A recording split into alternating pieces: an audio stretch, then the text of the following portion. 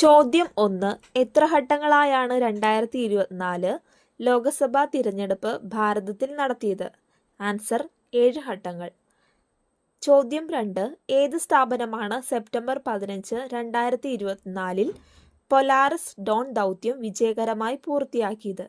Answer space X. ചോദ്യം 3.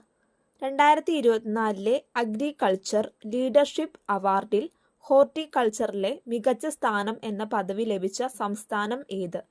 Answer Nagaland. ചോദ്യം 4.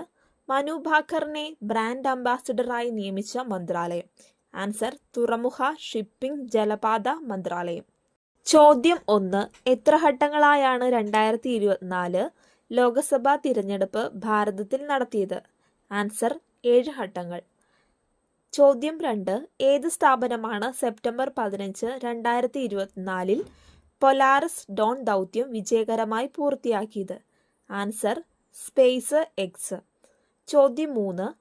2024 agriculture leadership അവാർഡിൽ ഹോർട്ടിക്കൾച്ചറിലെ മികച്ച സ്ഥാനം എന്ന പദവി ലഭിച്ച സംസ്ഥാനം ഏത്? ആൻസർ നാഗാലാൻഡ്. ചോദ്യം 4. മനു ഭാക്കറിനെ ബ്രാൻഡ് അംബാസിഡറായി നിയമിച്ച മന്ത്രാലയം? ആൻസർ തുറമുഖ, ഷിപ്പിംഗ്, ജലപാത മന്ത്രാലയം.